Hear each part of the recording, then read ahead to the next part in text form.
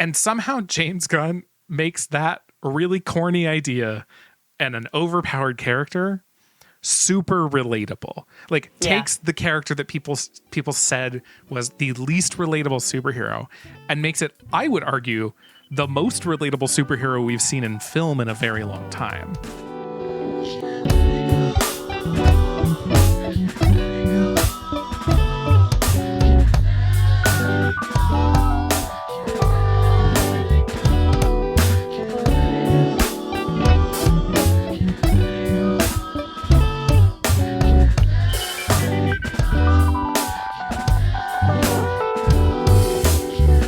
Welcome to Can't Let It Go. It is an audio PowerPoint party. My name's Matt, and I use he, him pronouns. I'm AC. I use they, them pronouns. And today, AC and I saw Superman again.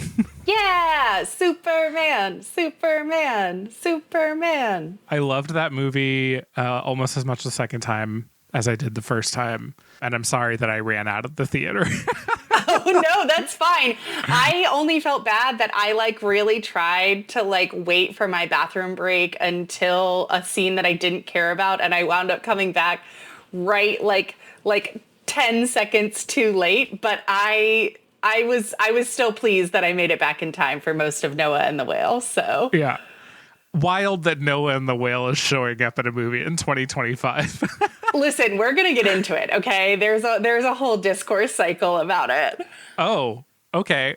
Well, so I will tell the listener that there's normally we come to these really prepared, but considering that we are literally hot off of leaving the theater an hour ago, we have a list of things that we want to talk about, but I don't have a solid structure here, so I'm really curious about this Noah and the Whale discourse. Oh, yeah. Okay, so it's basically in the larger cultural moment that we're in right now, a lot of people are talking about recession indicator this, recession indicator that, or the 2010s are so back, right? And one of the things that people have been pointing to is Noah and the Whale and how that song 5 Years Time is used in Superman, along with just the earnestness and the hopecore that seems really central to the themes of Superman. And so people are pointing to that and saying, you couldn't have made this movie without that scene. And then the choice of this song in particular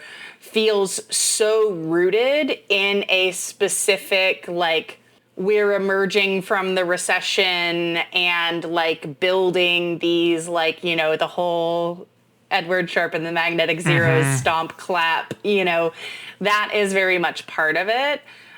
So I think that I love the use of Noah and the Whale here. I think that it's a perfectly it's the perfect amount of whimsy to make the moment land.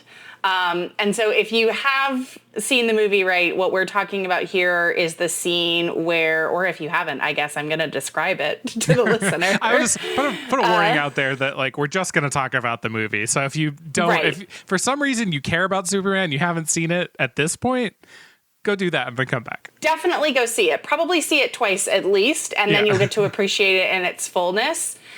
Because I know that for me, there were so many things that delighted me the first time that I missed out on little moments that I'm really glad that we went back and saw it again. Yeah. But in the scene, so what's maybe the term for it's is it environmental? The song is playing in the environment. Diegetic. And diegetic, thank you. Yeah. It is a diegetic sound. So the song is playing as Mr. Terrific and Lois enter the scene of this camp. And then as the fighting begins, Mr. Terrific puts up a bubble of protection around Lois. And when he does that, the sound amplifies and is played directly into the track rather than being an environmental sound. So it becomes a diegetic sound, or it is a diegetic sound. I don't know. I'll let you talk about that part. But it makes it clear that it's kind of also this funny thing where the implication is that Mr. Terrific turned up the volume for Lois to make her feel safe. But I also like the idea that maybe this was Mr. Terrific being you probably like this song, right? You're just a 30-something-year-old white lady. you probably listened to this song when you were in your early 20s and bopped along, you know? And I really like that aspect of it as well. Yeah. This movie loves to put a camera like going around in a circle around something. Oh yes, it loves to spin. And that is the first time that like it's not the first time it happens in the movie, but it's the first time it like really sells the scene. I was laughing this time watching it because the final scene with Superman like laying back in that chair and like his videos of his family around him. I was like, oh, we're doing it again. Yeah.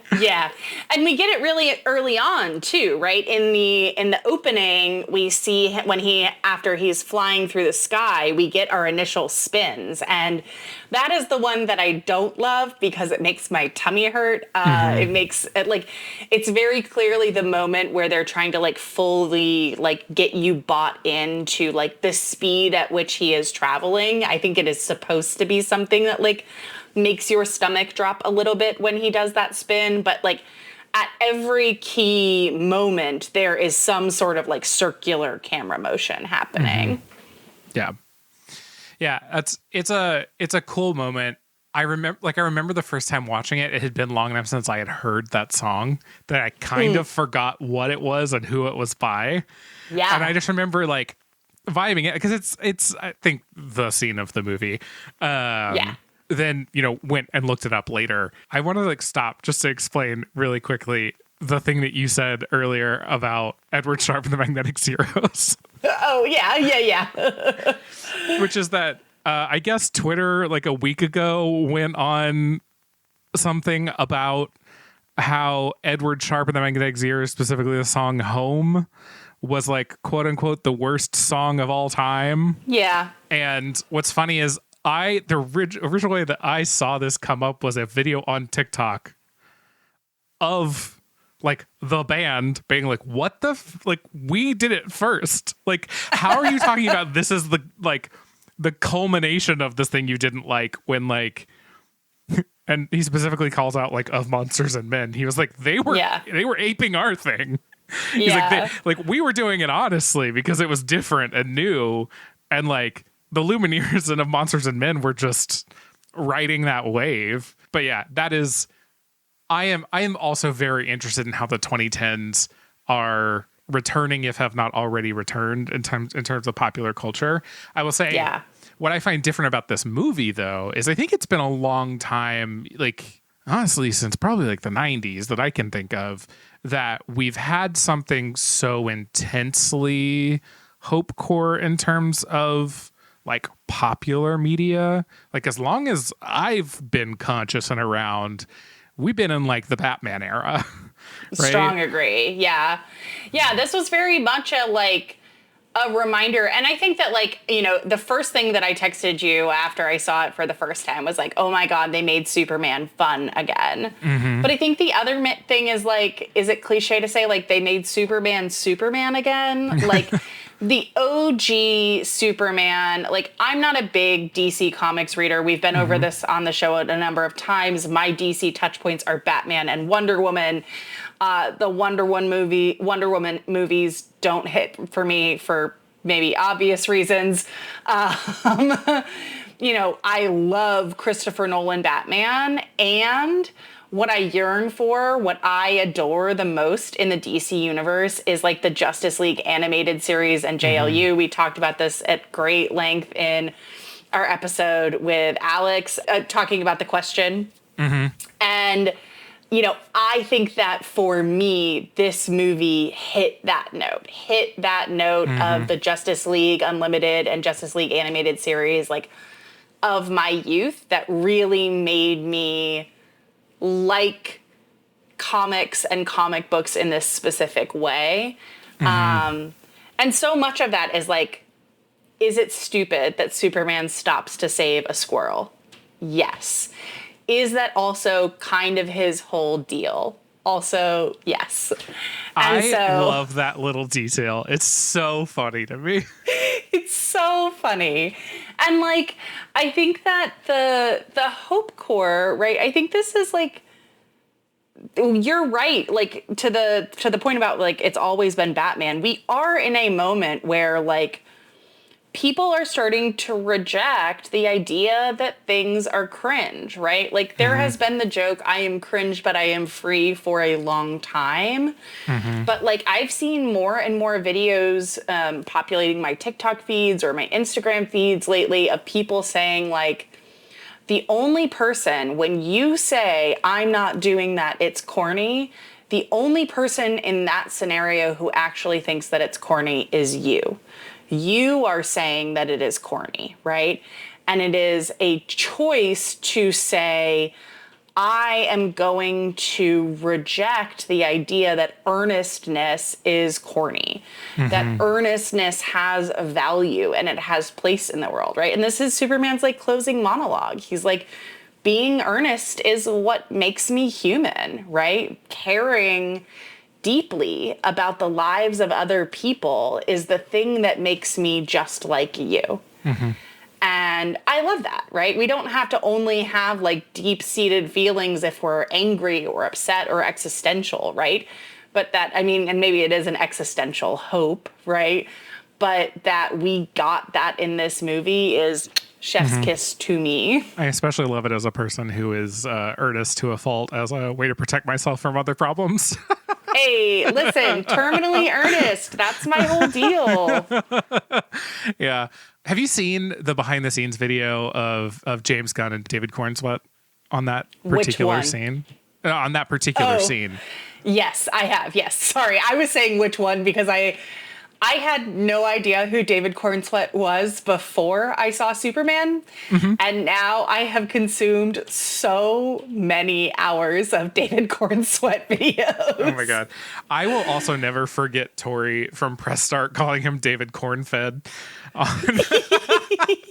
It's so true, though. He is what a dreamboat. Also, can we just stop for a minute and say, like, they really, I think, hit that nail on the head of finding someone who is, like, does pass off, like, the geeky reporter well, like, the little bit awkward, tousled hair, late for everything, but then is equally magnetic, right, as Superman, which I really, really thought was, like, was a feat to pull off. That is a tough nut to crack. It's hard to make Superman look normal. Yeah. Because you cast for Superman, you don't always cast for Clark, and they managed to like thread that needle. Yeah. Anyway, the video I'm talking about is like David like basically doesn't like a lot of the direction he's getting from James in that moment, and he's like trying to understand, like, James, what do you want?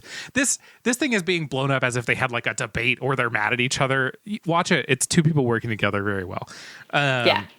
And David's like, but like he's Superman. Like he wouldn't get like pissed like this way. Like it didn't quite make sense to him. And James is like, nah, like he gets mad. Like he is a person, and like he's trying to sell his humanity, and like that's what Lex doesn't get. And I forget exactly the way he says that, but he's like mid-sentence, and David's like, I got it. It just like walks onto set and they shoot it. And that's the cut that is used in the movie. Yeah. I think that scene gets talked about. It's like the one that, like, I don't know, the grifters really hate, because it's always also one where he's talking about being an alien and all that kind of stuff. Yeah. But I also think in largely the same way that you can't do the movie without the same Mr. Terrific and Lois, you can't do the scene without Superman confronting Lex about his own humanity. Yeah. Which is also to say, this is the best Lex Luthor I think we've seen on screen. Yes. It is like annoying at times, like the way that each of them so successfully does these characters, because it is like at certain moments, in particular, like in this scene, right? Like one of the things I think is also true is like the dialogue is kind of hacky. Like it is it the best writing we've ever gotten? Like, no. And did it feel like I was watching a comic book come to life? Yeah. Yes. Like in the dialogue and the text of it, it reads how many comics reads. And that's not a knock on comic writers. That is an acknowledgement of like when you've been writing the same story over and over for upwards of 80 years of Superman, right?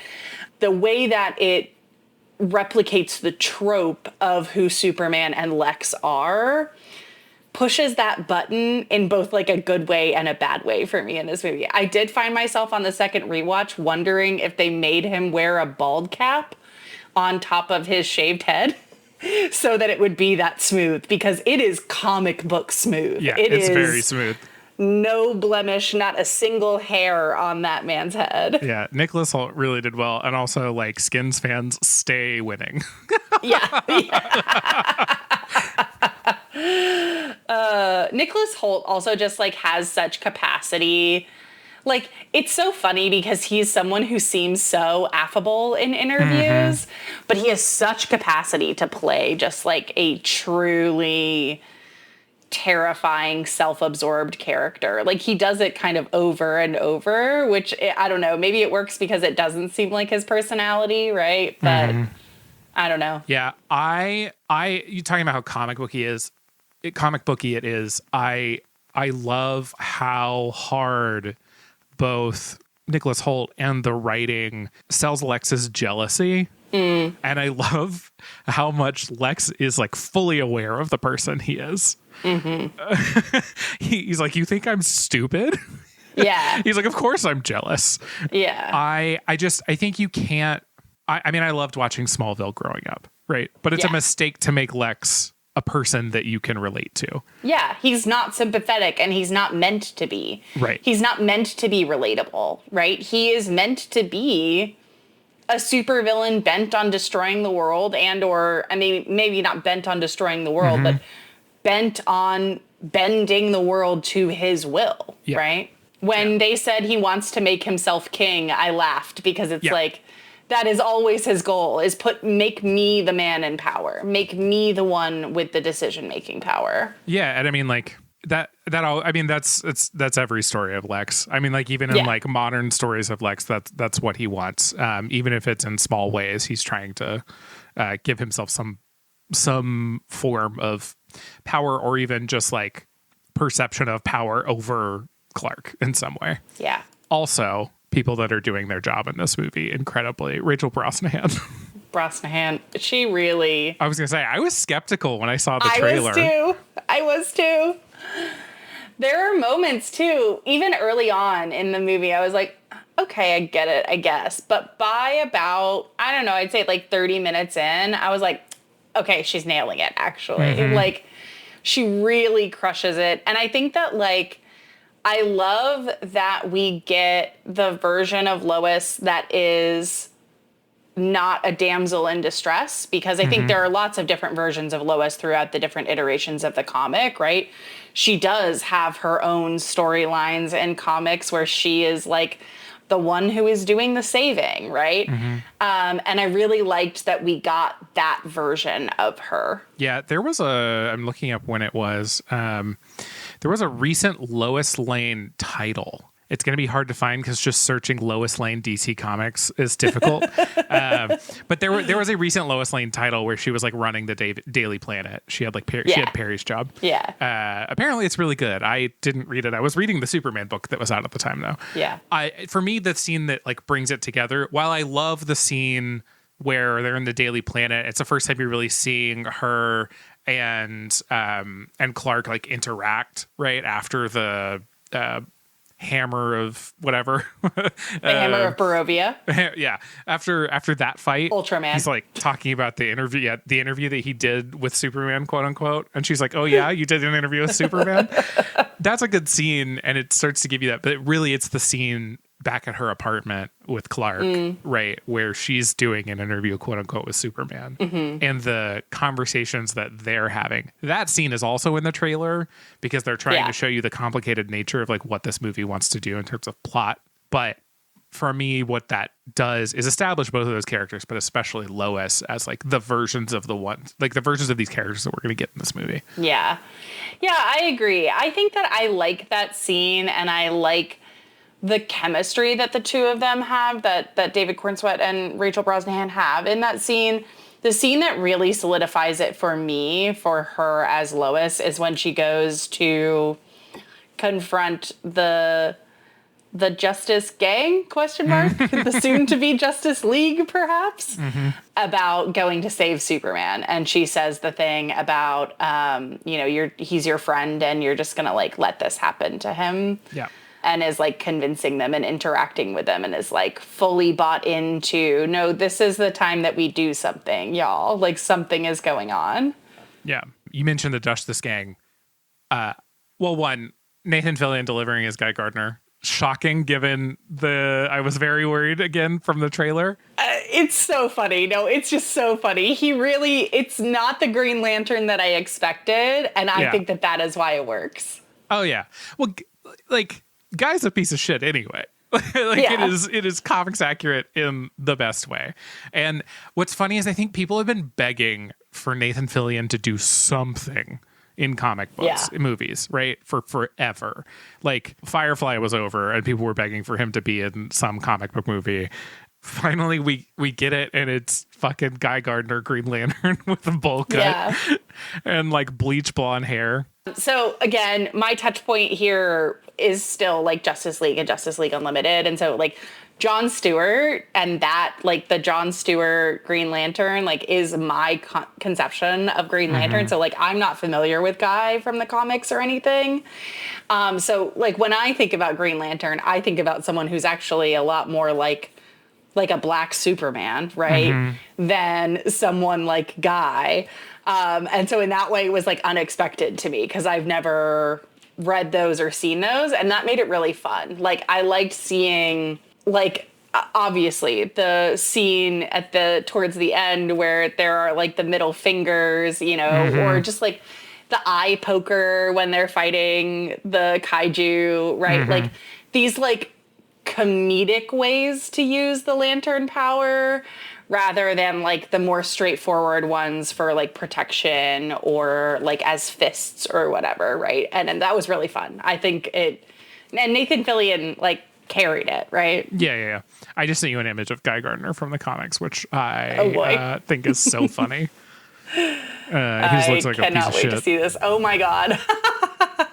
That's so funny. Yeah.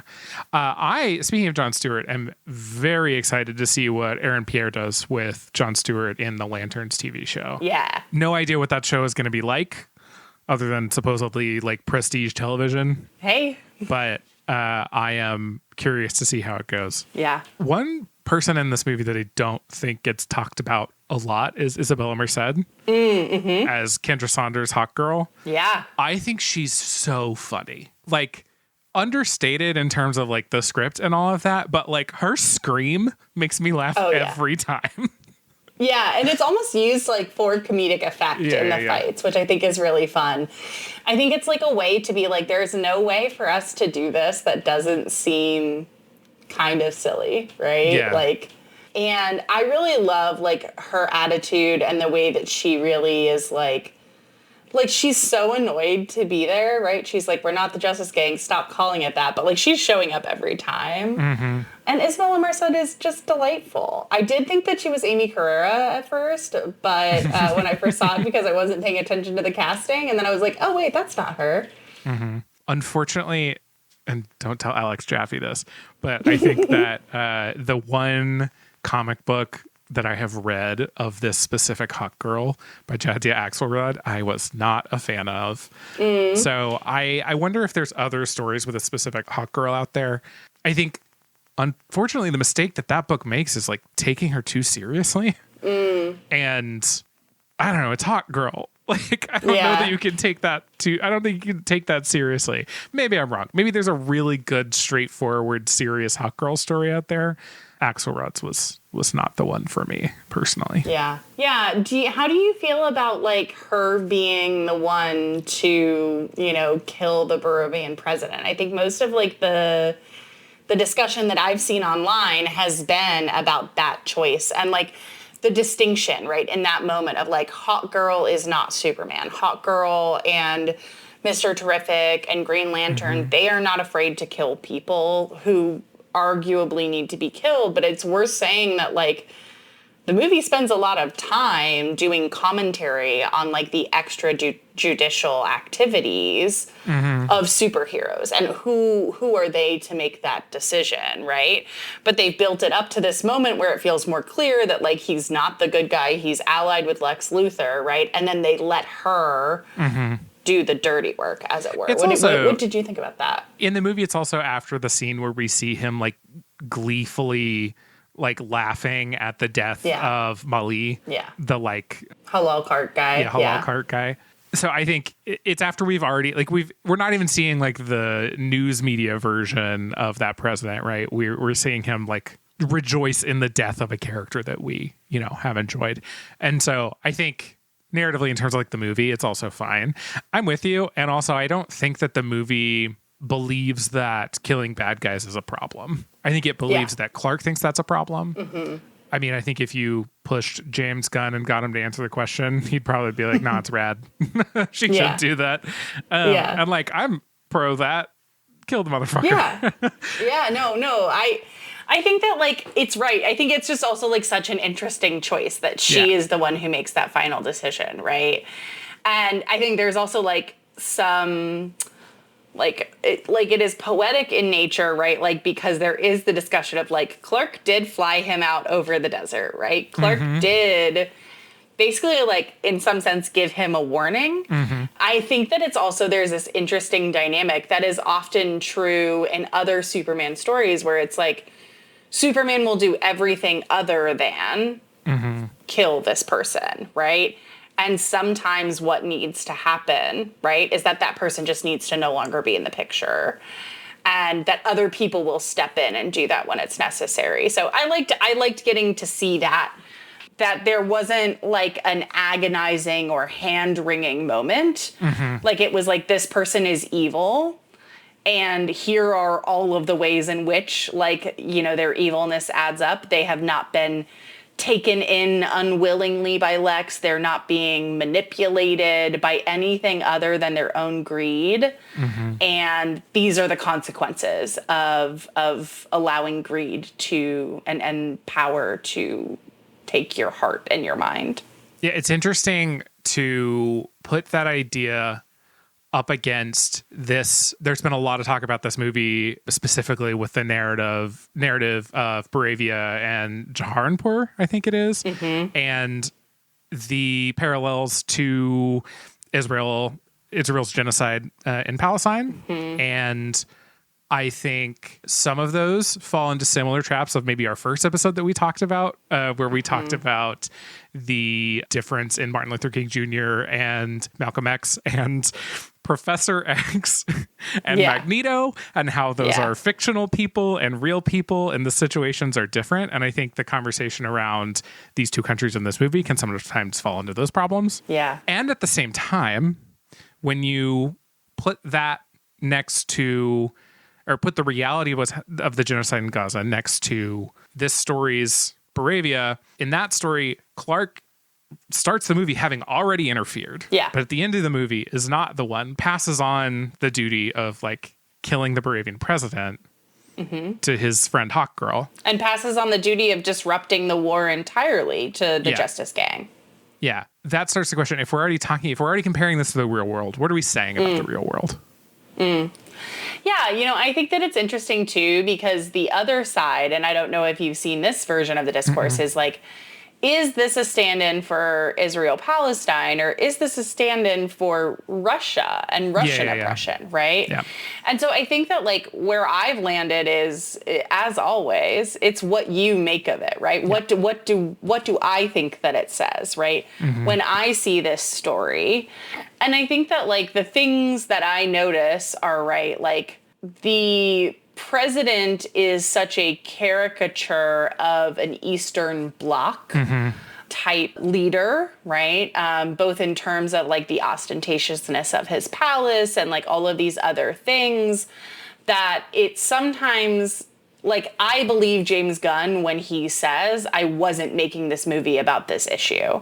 Yeah. Because it feels so... This is the story of colonialism and oppression, regardless of the context in which we're experiencing 1,000%. Right? And like James Gunn can say, I wasn't making that about this issue, and still have made it about this issue without that intention. Yes, that's right. That's right. Like, the cultural context that we experience things in influences how we understand the story. Yeah. I don't know. I'm not going to get in here and talk about what art is. The whole point of art is that it's subjective and that we're sitting here talking about it. And that is what makes it art and why it exists. Yeah. Yeah.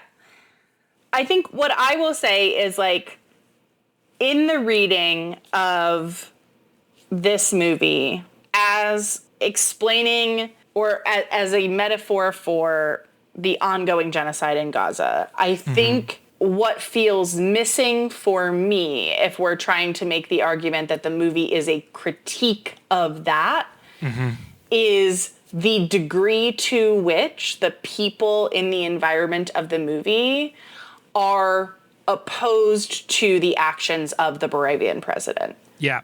This is my gripe with the movie generally, is that the general populace buys everything straight up with no questions every time we need the story to move forward. Yeah.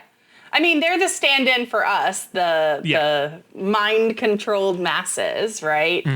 But I think that, like, I think I'm ready to talk about how the internet shows up in this story. Do you feel like, hey? Yeah. So, like, I think that, like, to that point, right, there are so many moments that this story makes clear that the internet is a thing that exists and that social media is a thing that exists, right? To your point, people see things online and immediately believe them, accept them to be true without much analysis or any analysis. And it feels like it is missing at key moments, right? Like, one of the things that I think that is so good about Spider-Man movies often is when they acknowledge the presence of the internet, one of the things that they're often doing is, like, Spider-Man is using the internet to track things, right? And, like, I'm not saying that Superman is smart enough or, like, savvy enough, maybe, right? Hashtag Superman is shit clearly gets to him. So he's someone who probably gets put in phone jail by Lois a lot, right? Like, stop reading that.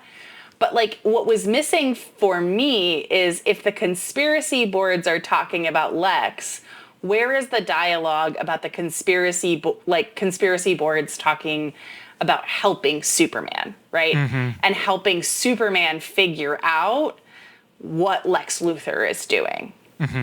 But also, I also want it to even go, like, a level deeper. Like, for me, it's more the stuff I was missing was, like, this is all so much more complicated than this movie is making it out to be. The way people believe things, one person is going to think all these people are in cahoots with each other and no one's different, right? Lex and Superman are equally problematic. This is like shit you run into online all the time.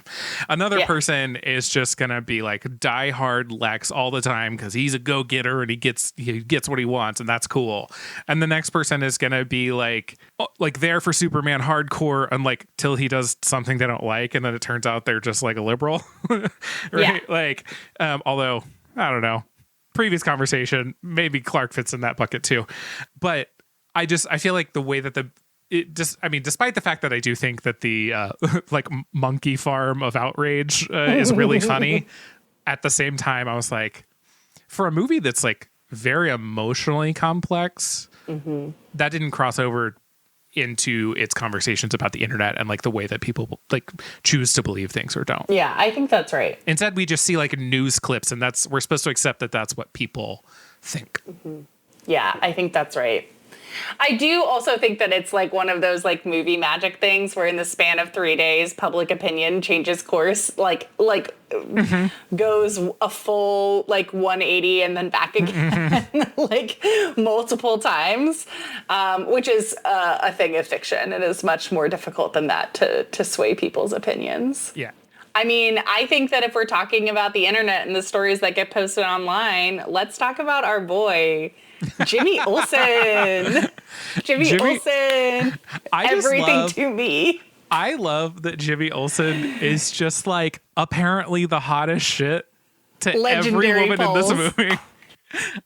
I do not get it. Like, maybe this is a thing that is happening in the comics that I just didn't understand when I was like reading some popular things. Like I read All-Star Superman recently, and like he has a very traditionally hot girlfriend in that book that like a person of Jimmy Olsen's typical, cultural standing maybe wouldn't normally get. But I don't know if that's just like a normal thing about his story. Frankly, I just haven't like read enough Superman to know. Yeah. But it is so funny in this movie. Yeah, I mean, I don't know if it is a thing that is true about Jimmy Olsen, but like, I get the Skylar Gisondo thing. I get it. He is extremely hot to me. I think that like where Clark is like corn-fed, right? Mm-hmm. Like we could say that, Skylar Gisondo or Jimmy Olsen is like cornbread, right? Like he is very like the appealing everyman, like the nice guy, whatever. But like he's also just like, I don't know. I get it. I get it. That's what I have to say. Yeah. But I love his characterization. I love the sides of him that we get. Mm-hmm. I do think that like some of his interactions with Eve are tough, a little tough. Tell me more. Well, I mean, I think that like, listen, obviously Eve is a lot. That's mm-hmm. her whole deal. But the like, I don't know. It's a little tough to like, he is truly trying to use her to get information and like making false promises, right? Yeah. I do like that at the end when she is she is freed mm-hmm. and they hug, that you see him like smile with a little bit of satisfaction. Like I mm-hmm. wish that they'd given him a little bit more of like she's crazy like this and he kind of likes it, right? Like he's into it, not totally reticent about it, right? Yeah. She's a lot. But also he absolutely is like, he's using her for his job, but it also comes off like Jimmy would probably use her like outside of his job too. Yeah. I do think though that entire sequence where like she's sending him the photos and all of that, I was like, the first time I saw it, I was like, this is gonna go somewhere. They're gonna have all the details in these photos. It's gonna be perfect. Yes. And then immediately he's like, these are trash, and I was like, nah, dude. Just give it 5 minutes. We're going to have the info on those photos.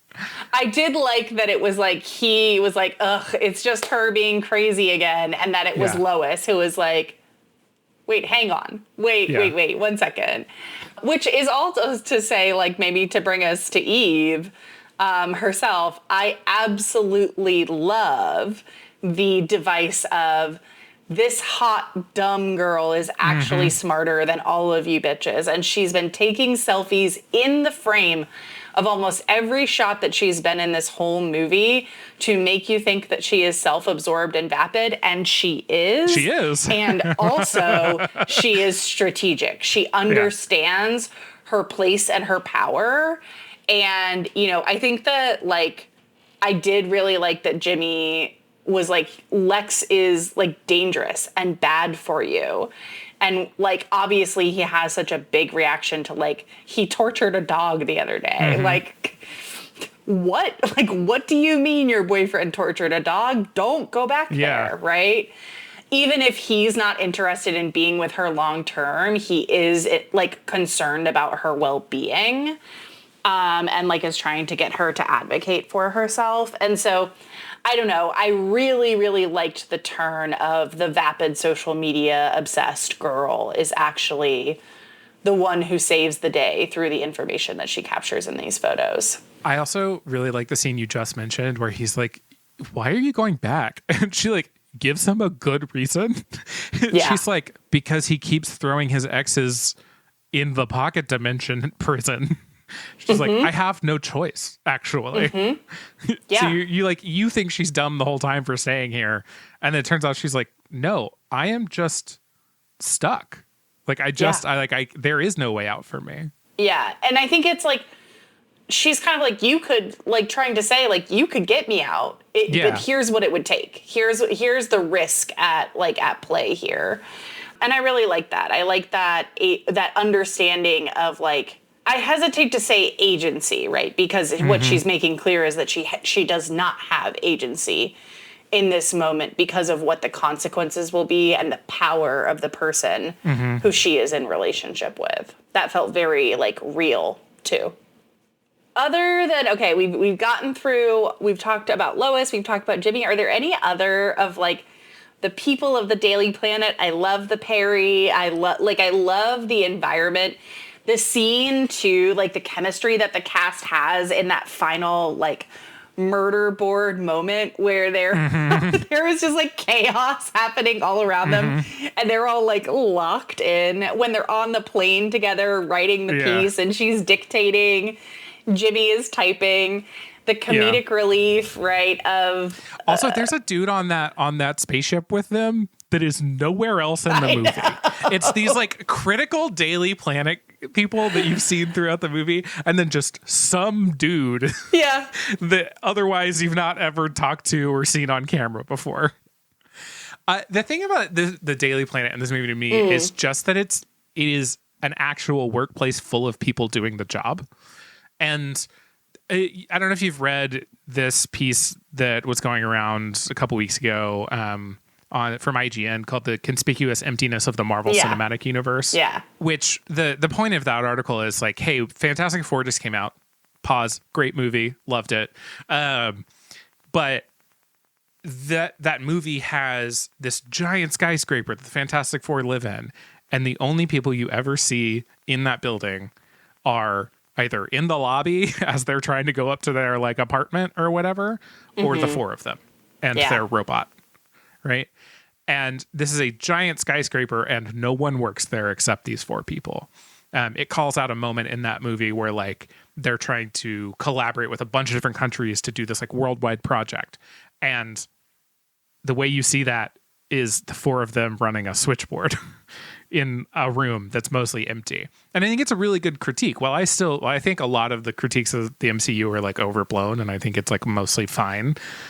I think that these are the kinds of things that people are like pointing at without knowing that's what they're pointing at when they have problems with movies like these. Yeah. That movie specifically, Fantastic Four: First Steps, has, for the first time in a while, really great like prominent extras in the city, right? Not in the Baxter Building, obviously, but I was interested and was like, oh, we're getting like returning extras in a way that we haven't had in Marvel movies in a really long time. Yeah. Right. The Sam Raimi Spider-Man movies are known for doing this a lot. Yes. And like even like pre-Avengers 2012 MCU movies used to do this a bunch, right? James Gunn's Superman has no problem doing that. Yeah, like, it's a very rich like environment. There are clearly tons of like actual extras, not just CGI generated people, right? As the other thing that I really noticed, like in the scenes with the Boravian and Jharanpurian conflict, right? There are clearly like lots of actors, right? There are lots of actors in the scenes on the streets, right? We're evacuating the city. You're not getting just two shots of one bus and no one else on the streets, right? There's lots of there is a richness there that I think really makes it feel real, right? Feel tangible. Yeah. I particularly love the scene where you first see Clark walking into the Daily Planet. And he's like, weaving through people, hitting people as he's like running into the office. And then you kind of see him and he's on the phone with his parents at the same time that people are like trying to talk to him and stuff like that. Like we don't get scenes like that in big movies anymore. Right. You see them in like smaller, not even like indie movies, just like movies with smaller budgets. Right. And for these big blockbusters, it's really rare to see that stuff. And it was nice specifically to see it in a comic book movie because comic books are full of that stuff. Yeah. Right? Like comic books like will bring a character in for like one scene just to prove a point, right? Yeah. That you never see again.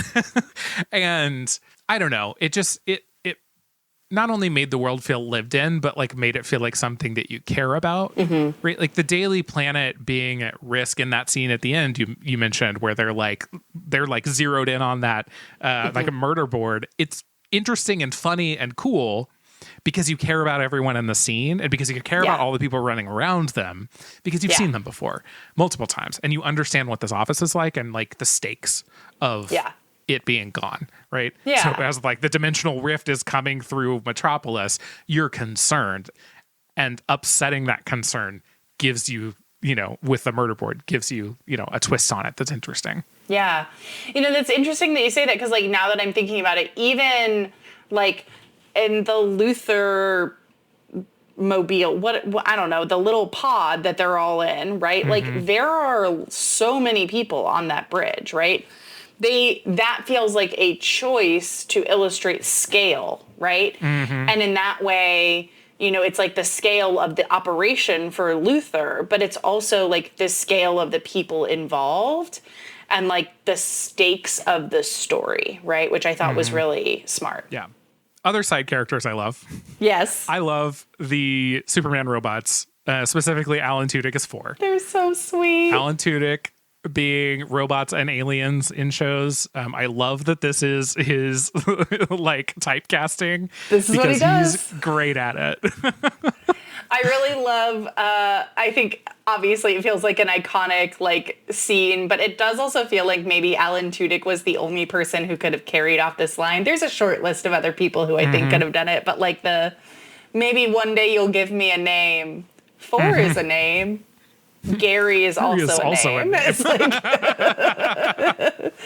that's so good. And it's like so well delivered by Tudyk, who is so good at that kind of like sarcasm and wit. But I also like the like robot, the way that they're like, oh, actually these robots like have no feelings and they don't care and they're robots, but then they also very clearly do have feelings. Like very clearly do like have at least emotional decision-making processes, right? Where they care about Superman, and maybe they're programmed to care about Superman and care for Superman and programmed not to care about the dog. But, it's so touching. And I hope that we get more, obviously I think we're going to get more James Gunn Superman universe, more DC extended universe stuff out of this.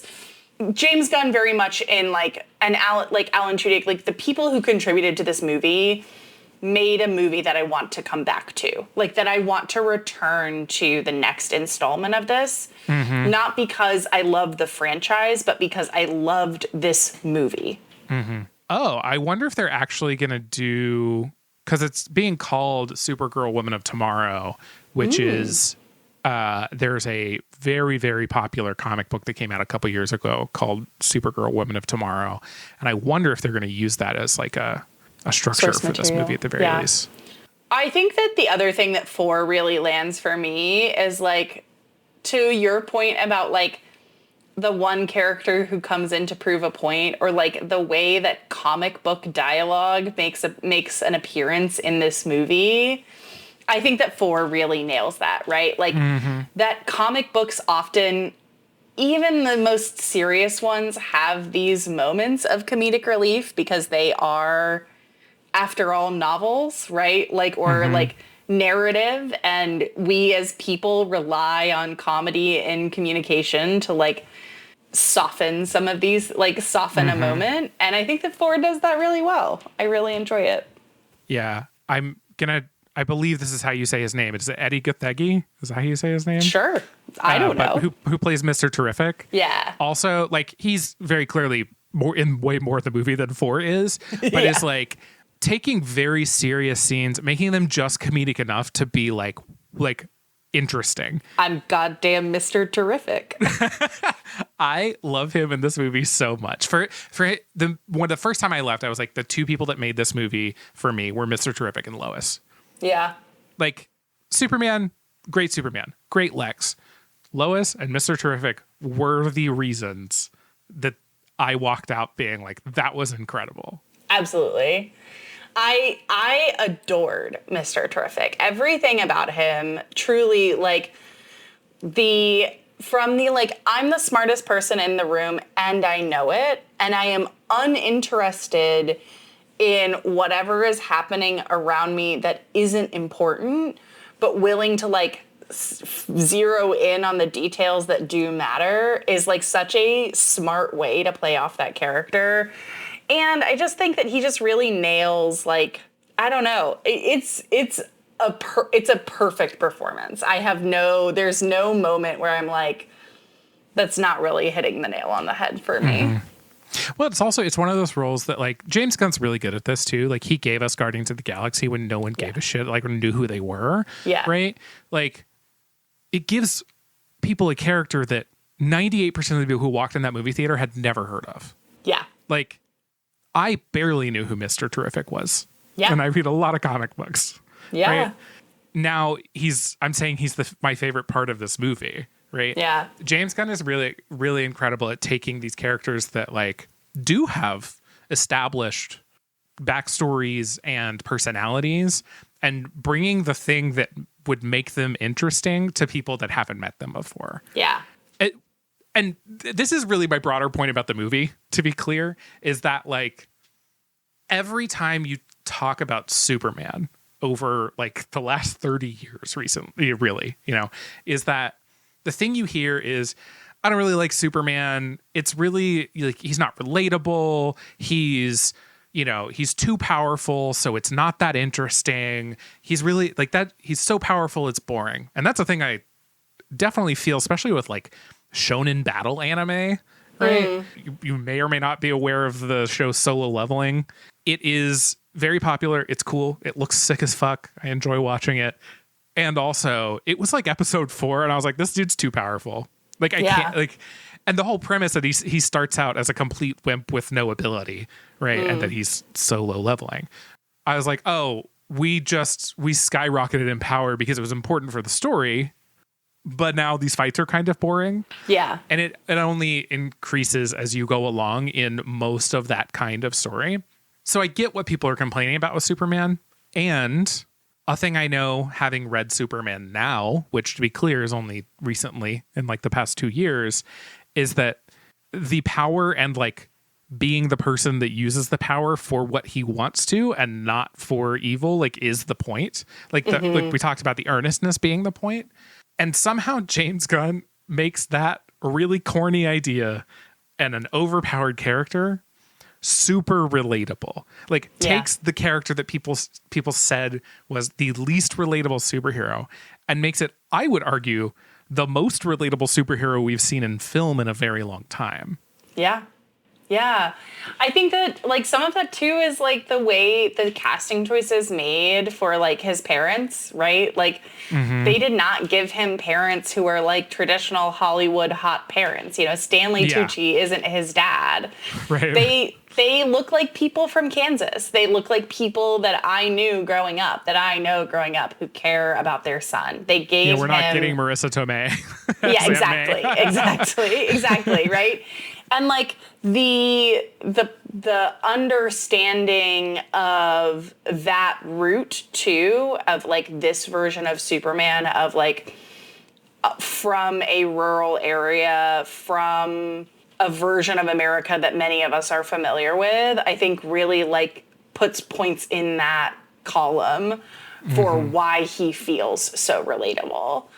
I think too, the other thing that I think makes him so relatable is like the moment of like his big reveal, the thing that you thought was the most true about yourself has now been misconstrued or misinterpreted by other people because there was information that you didn't know is like so.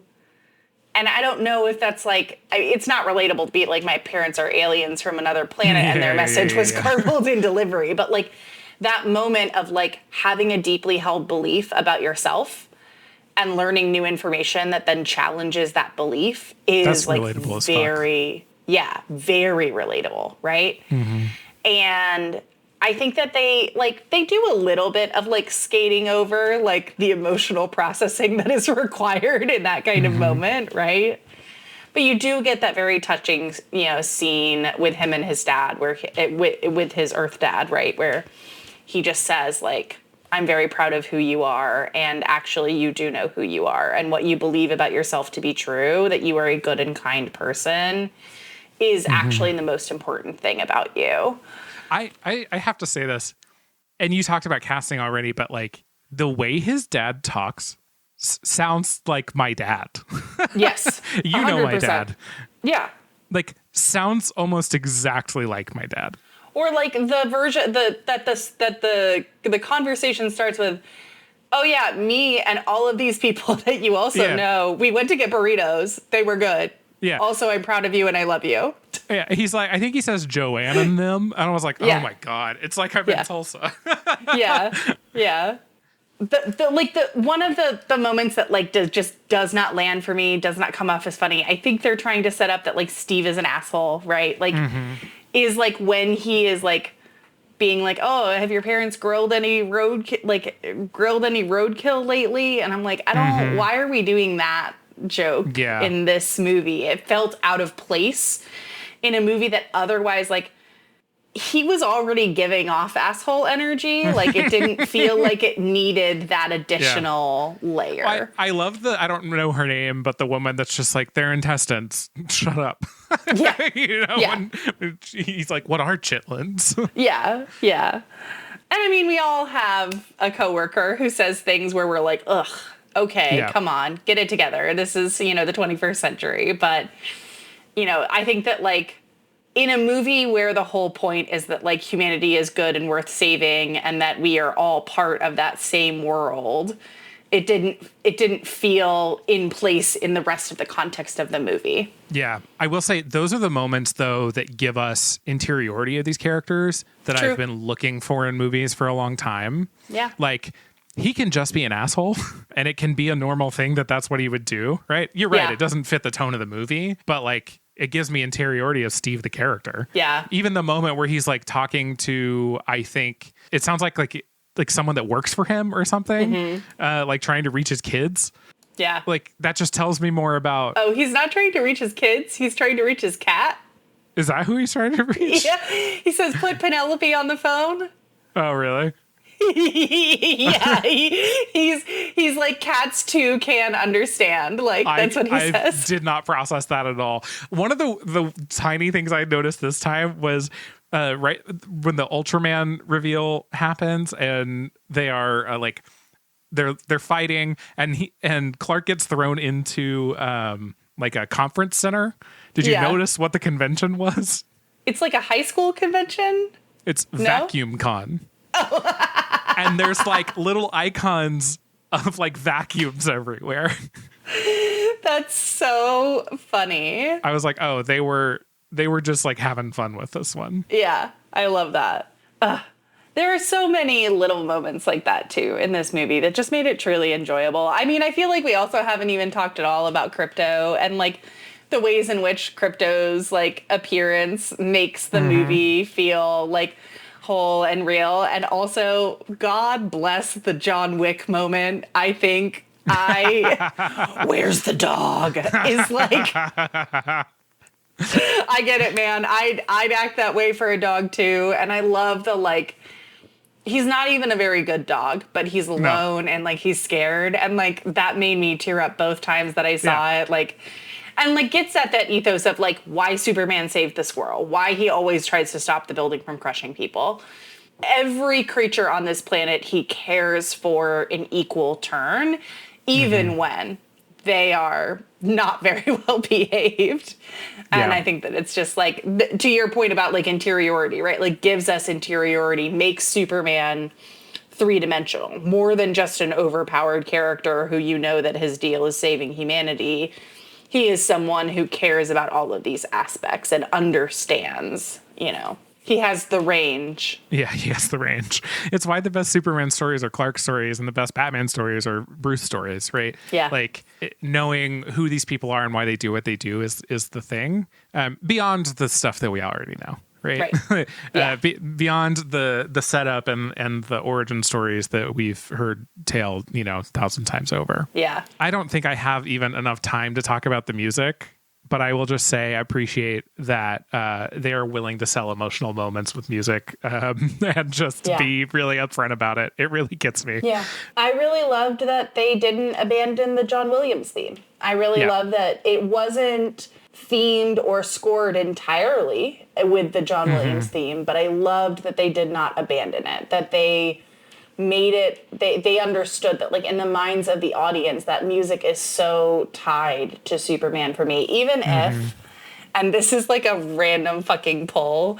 But even if every time I hear the Superman theme, I think of the Corey Vidal video from ages ago where he like for one of the I think it was the release of the second Star Wars episode 2, he made a song about Star Wars using all of the John Williams themes.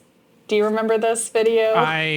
Yeah. I mean, yes. Anytime I hear the da da da da da da da da, I think I couldn't care less what you smell, because that is what one of the lines in that song is. Yes, I found the video. I'll link it in the show notes for sure. But you're right. I think like they literally tug at the heartstrings with the heartstringy music and the drama, and it's good. Yeah. I think that's what I've got. And it might also be the time that I've got. So okay. Well, if I had to say anything at the end of this, Matt, it's that if you liked Superman, it's that you should go watch 1 million videos of David Corenswet online, because it turns out that he is one of the most adorable humans on this planet. And hearing him talk about all of the different all of the different things that went into making this movie, and like, he himself is a strikingly relatable celebrity. There's lots of like, is he neurodivergent? Is he this? Is he that? And like, I don't want to participate in that here. But like listening to him talk about how restrictive the Superman costume was. And like, we didn't even talk about the costuming, but the costuming is so good that his boots aren't skin tight, that his shorts aren't skin tight, even though they are well fitted. Like, he is just like a truly, like, I am so glad that this movie brought this actor into like my worldview. And also, nothing was funnier than this movie coming out right at the time that the Corenswet was making America more humid than it usually was. Corenswet. It was perfect. I would say if you enjoyed this movie and want to do one thing, you should listen to In Sequence, the comics podcast for everyone. Wow. Because since we have had an episode last, I launched a new podcast with some other friends on the Worst Garbage. In Sequence, like we said, is a comics podcast for everyone, and we take that pretty seriously. One way that we do that is that you do not have to have comic book experience to enjoy the show. We'll tell you what you need to know. The other way we're doing it is comics is a word that means a lot of things. Yeah. And if it can be called a comic, we're probably going to talk about it. We've already talked about web comics, American superhero comics. We've talked about manga. We've got Yuri coming up. I don't know. We're going to do it all. I put a Korean book on there the other day, and there's a French comic I want to cover. So comics is a big world. I'm sure we'll cover some comic strip at one point. It's a show that I think I've wanted to do for a long time, and was glad to find friends that were interested in it. If you want to bring me on the show to talk about Calvin and Hobbes, I'll do it. Let's do it. I love that. And honestly, it's a delightful show to listen to, not just because it's by friends, but it has been really fun to like listen along and to learn more and like expand, because I am someone who likes American superhero comics, but I don't read much manga or anime. Or watch anime. I guess anime is watching. Manga is reading. Anyway, I know what things are. Anyway, you should listen to In Sequence. Scout, who made the art for our show, also made incredible art for In Sequence. I love it. It is so cute. So check it out for sure. You can find me at matthorton.live if you'd like. I will hint that there are some changes coming up to my YouTube, and just leave it at that. A teaser. It's going to be exciting. Where can people find you? You can find me online at acfachi.com and at acfachi.bisky.social. There you go. Yeah. Find the show at can'tletitgo.gay, and you can find us on Blue Sky at can'tletitgo.gay. Thank you to The Worst Garbage for having us. You can find us and The Worst Garbage Discord at theworstgarbage.online. And you can come to the Can't Let It Go channel and tell us what you love about Superman or David Corenswet. Yeah. Send me David Corenswet memes, please, actually. Again, thanks to Scout for the art. Go pay her to make you some art at ko-fi.com/humblegoat. She's a co-host of mine on In Sequence, along with Robin and Jillian from the network. And thanks to my friend Ethan for our music. You can find him at Revolver Ocelot on Blue Sky. And I think that's it. I think that is a podcast episode. So we'll talk to you next time. Bye.